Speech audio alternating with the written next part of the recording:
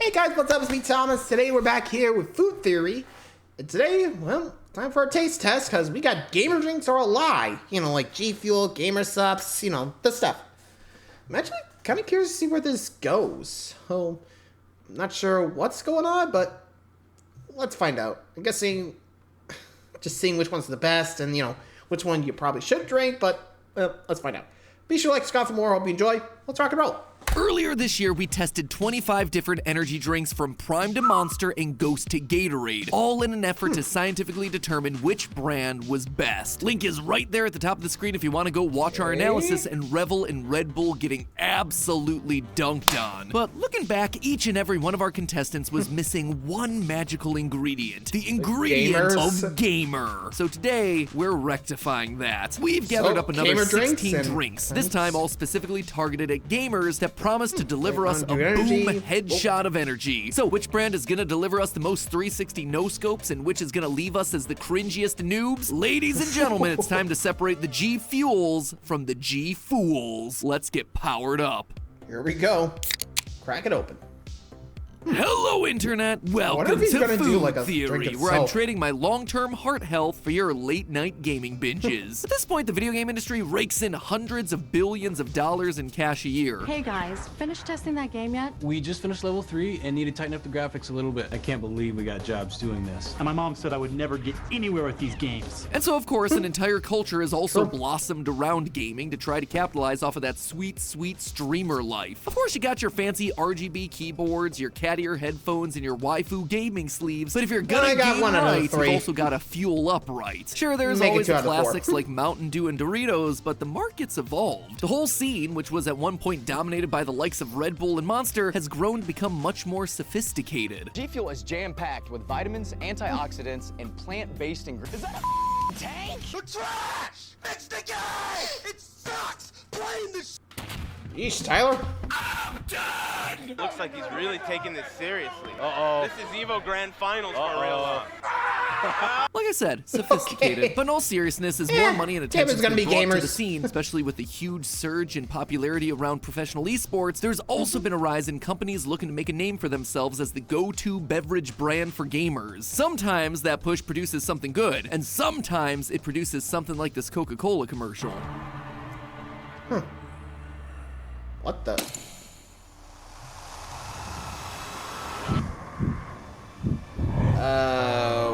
Wait, what? You seeing this? What am I watching?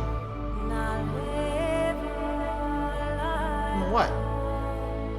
I love that Coke went and released whatever this thing is. Yeah, I'm even not still sure. Won't sponsor me. Anyway, in the energy drink space, many brands are trying to take a more scientific approach to fueling gamers. Brands claiming to give you exactly what your body needs to keep button mashing all through the night. These drink solutions come in all kinds of forms: drinks, powders, even inhalers, and they come packaged with all sorts of embarrassing names like anime girl thigh, guacamole gamer fart, titty milk. This does not taste like titty milk.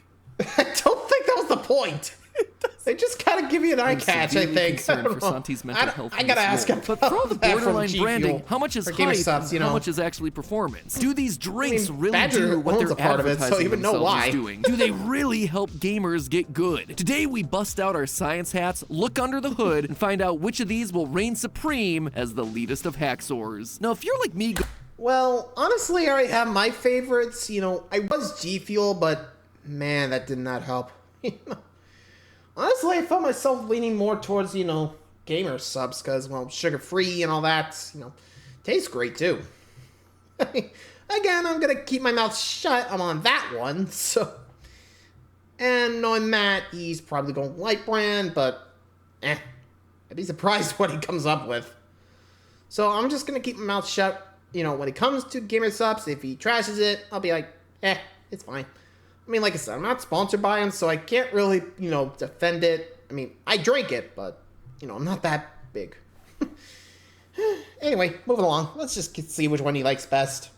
Or Going into this episode, you one probably should assume use. that there's no major difference between your average can of Red Bull and Gfuel, but that's not actually the case. Sure, most gamer drinks these days do have plenty of caffeine, borderline Though illegal sometimes amounts they of it, say as well as a zero bunch sugar, of vitamins, but they but typically is all it have true? some sort of additional ingredients, ranging from more amino acids and electrolytes to herbal extracts. All of these things are usually Do they? lumped together under the label of dietary ingredients on the can. That's right, these aren't just energy drinks anymore, they're dietary supplements. Sounds like it should make them healthy, right? Well, not really. According to the Dietary Supplement Health and Education Act, all a drink or food needs to have is some vitamin, mineral, or herb thrown in and listed on the nutrition facts to Really? qualify as a dietary supplement. In other words, the bar is set pretty darn low. Gin, you know, the alcohol, well, that could very well be labeled as a dietary supplement too, considering it's made with a bunch of botanicals. But that doesn't suddenly make it part of a balanced breakfast. What's worse, the FDA doesn't regulate these ingredients like they do with drugs, so the efficacy of the dietary supplements isn't something that's given a stamp of approval. The reason I'm pointing all this out is that people tend to get fooled by all the sciencey names, automatically assuming that it means there's extra Fair? goodness jammed into the can, but that's just not true. Plenty of these brands seem to just throw different things at the wall hoping that something sticks. Making things worse, even if an ingredient could be beneficial in some way, oftentimes the amounts are just wildly different from brand to brand, sometimes staying so low that they're still practically useless. So as we go through the tests today, it's important to take some of this data with a grain of salt, since hard information on some of the effectiveness levels of these things just doesn't exist yet. But putting how effective they are or aren't aside, we're gonna judge them by whether enough of the ingredients in question have been added into the formulation. Now, a few weeks ago, You know, I have to say, like, okay, going back to like some of these stuffs like they claim, like the sugar-free caffeine, all that, like, I know like Badger and like whenever he talks about the gamer stuffs, most notably his brand, Guacamole the Gamer Fart, he always talks about like the 100 milligrams, but how much caffeine would you really need? Like, say, in a drink. I know he's got caffeine free, which, you know, chug that's what you want. I don't know. I mean, I know like too much caffeine is, you know, heart attack light. Kidding, I know. Honestly, but I think he said like a per scoop. So for 3 scoops for me, that's 300 milligrams coming my way. Yeesh. Then again, with the 24 ounces, not sure how much you're getting that, because remember, you gotta pour out water. Is caffeine water soluble? That I gotta know, because frankly, I'm kind of curious now. You know? Like, okay, we know we got caffeinated drinks, right? But let's say you actually put in, like, you know, caffeine in, you know, a drink. How much would actually still be there after, you know, stirring in the water that you usually do with gamer subs? Or, you know, in powder drinks? That I'm kind of curious on. Like, I don't know if that's science about it, but I don't know. Like, I'm not sure how much is still there, but I'm kind of curious now that I think about it, but sorry. I just had to bring up a thought I had. Moving along. to go on GT Live, we took our list of 16 of the most popular gamer-focused energy drinks, and we judged them purely based on their taste. And let's just say, it was a wild and largely unpleasant ride. Have you ever wondered what artificial flavors taste like? Oh no! Ouch. Oh, regret. Oh, this is kind of like a stale bubble gum that I really have to work to get the flavor out of. Maybe I unwrap a cool comic out of it with Bazooka Joe doing something mildly amusing. So then you chew it like 5 times and the flavor goes away and you're left with like a very chemically, this is what they like flavor. This is that. Yeah, this is the Bazooka Joe bubblegum flavor of gamer powdered beverage. But by the end, we managed to narrow the field down from 16 to 10. The group we ended up with was a collection of Mountain Dews, the OG Mountain Dew soda, as well as their strawberry melon and Baja Blast flavored energy drinks, 3 Gfuels, 2 powdered, blue raspberry and cherry, and 1 canned snow cone, Ultimate Edition Coke and Coke Zero, and then a few outlier contenders like Rogue Tropical Breeze and Sneak Grape. Gfuel explicitly markets itself as the best gaming and esports energy drink, so obviously we wanted to give that one a test. Ultimate Edition Coke was a special flavor made in conjunction with Riot Games, the studio behind League of Legends, and was therefore meant to taste like gaining experience points, which, judging from the flavor, meant that leveling up tastes like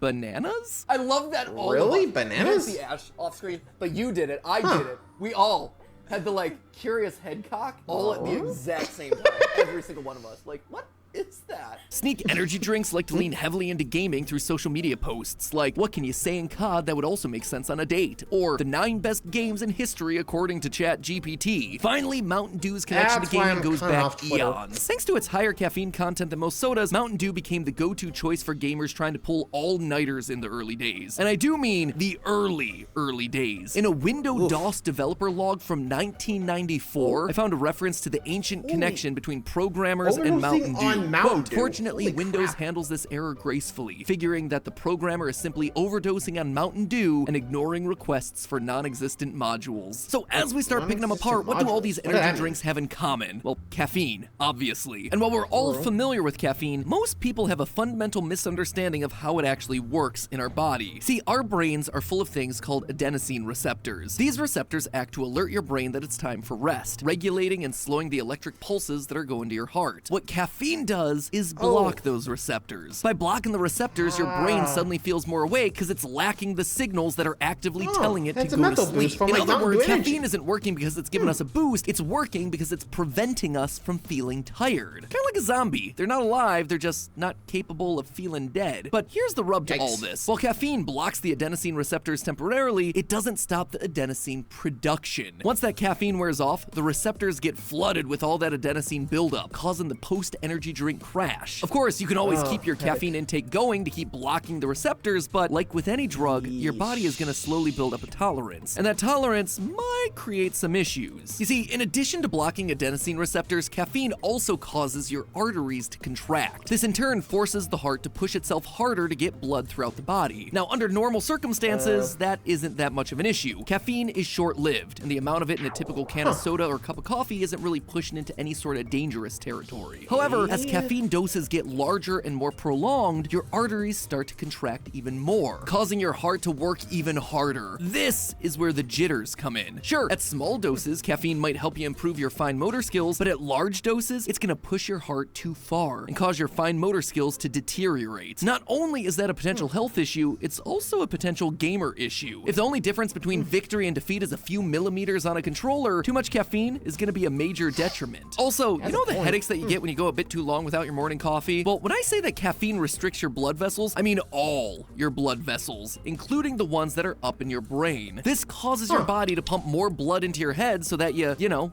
don't die. But when you suddenly cut off the caffeine levels and your blood vessels expand again, your body doesn't get that memo right away. And so it continues to force all the extra blood up there, which sets off all sorts of alarms to the nerves in your brain, making you feel like your head's about to pop like a zit. But caffeine isn't the only chemical shared across most of these gamer drinks. There's also taurine. Taurine is a naturally produced amino acid that the body uses for energy production. So it's thought that adding more taurine to your system might actually increase your overall energy levels. Early tests with mice have supported this, showing that taurine combined with caffeine helps combat sleep deprivation more than just caffeine alone. How much that actually works for humans is still up for debate, but overall the working philosophy is that caffeine helps stave off your natural exhaustion, while taurine helps your body create new energy. So at this point, how are our candidates looking? We want some caffeine, but hopefully a low enough dose to avoid the shakes. We also want taurine in there to help generate some long-term energy. So let's just start off with the obvious loser, OG Mountain Dew. Sure, Mountain Dew's been associated with gamers forever, and it technically won our taste test mostly because of the 46 grams of sugar pumped into those 12 ounces of liquid. But overall, Mountain Dew doesn't do a whole lot in terms of energy beyond the 54 milligrams of caffeine in there. Oh, and while we're at it, might save this one for an episode down the line, but sugar, yeah, that actually doesn't give you energy. At least not the energy that you're thinking of, bouncing off the walls and making you all hyperactive. That's a myth that's been debunked dozens of times over. In fact, if anything, sugar just makes you crash harder at the other end without getting you any sort of boost to compensate. In general, all the sugar in the Mountain Dew might actually help you lose focus and alertness, which is the exact opposite of what we want out of our ideal gamer drink. Ultimate Coke and Coke Zero, you weird banana-flavored sodas, they also fall into the same camp, and so we're also eliminating them right now from the race. So how then do we...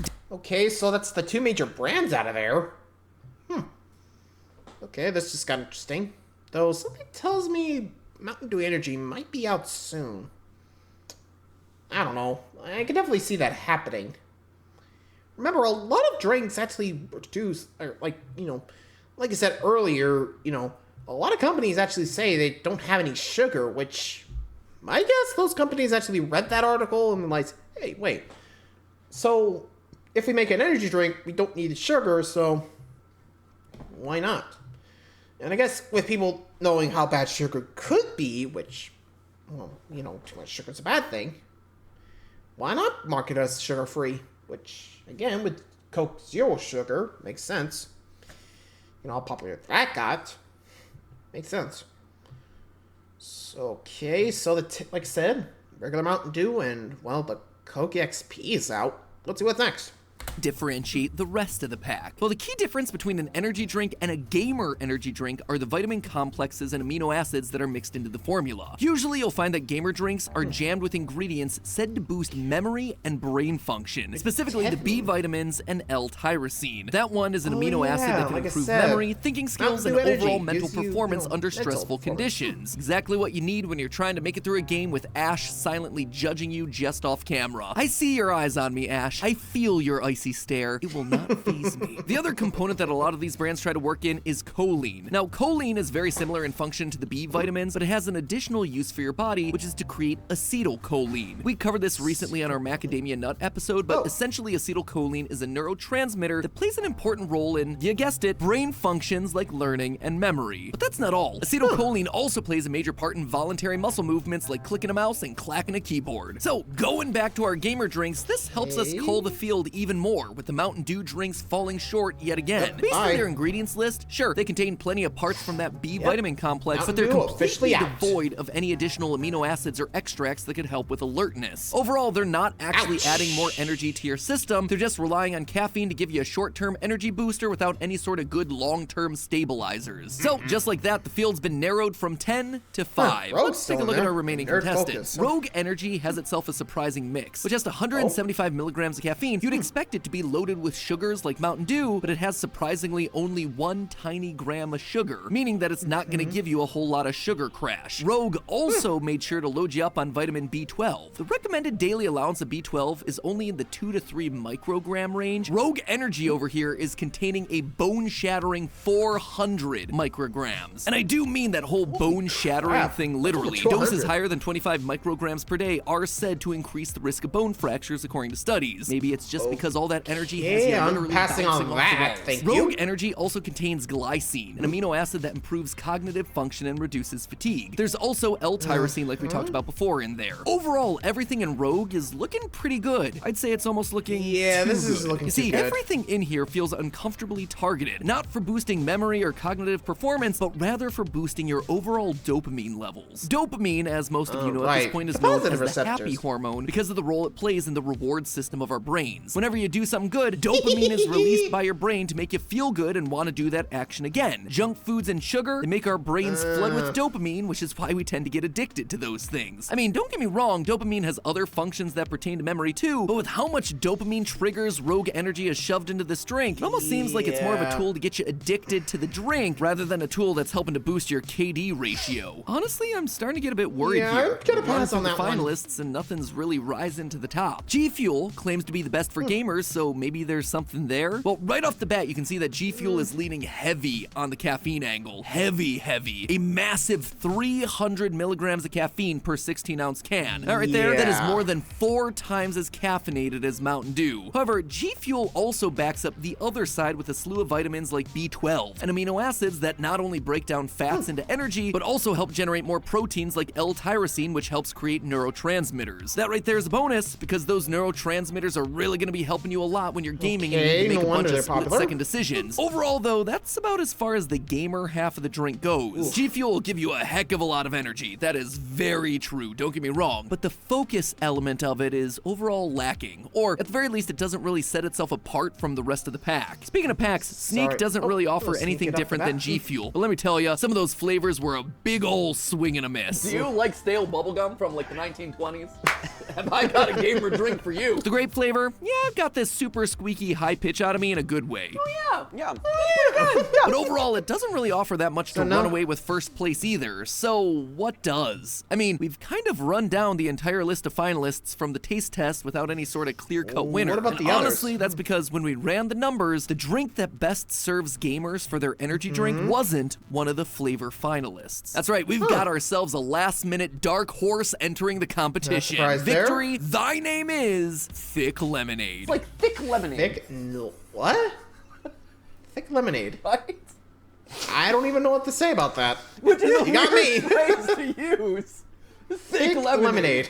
But that is what I just put in my mouth. Nerd Focus, one of the contestants to not make it into the finals in terms of flavor, gives you everything the other brands do, but then takes it to the next level. You get it? Little gamer talk there. Oh, so funny. Wow. Caffeine? Well, Nerd Focus actually contains 2 different kinds, which can help with retaining your alertness and counteracting crashes. Plus, it has a large amount of ginseng extract, a plant that can help with energy and keep your cholesterol, inflammation, and blood sugar in check. And with gamer rage being a very real thing, boy oh boy is that necessary.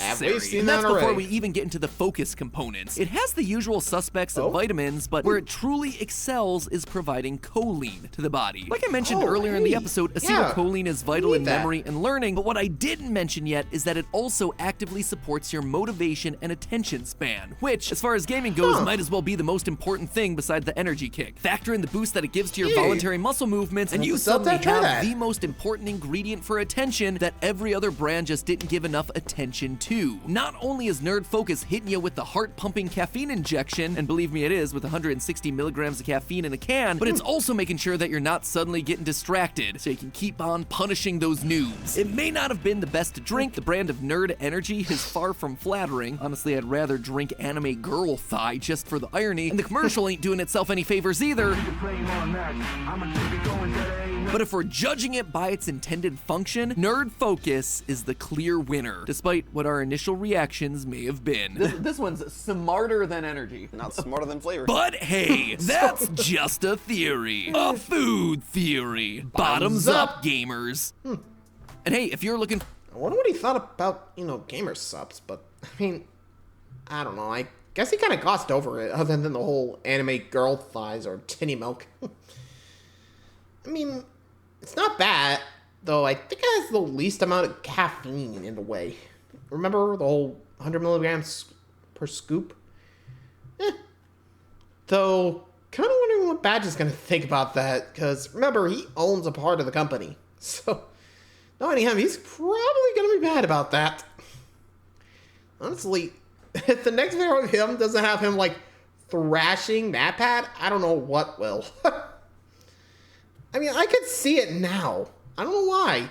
I don't know. I mean, considering how he called out Shy Lily for outselling him, I'm not sure what he's going to do with MatPat, just pretty much just ignoring gamer subs. I don't know why. Or I don't know what he's going to do. I mean, seriously. He only brought it for a few seconds. It's just the name. That's it. Hey, honestly, I kind of wait to see that day. But for now, thanks for watching, guys. See ya.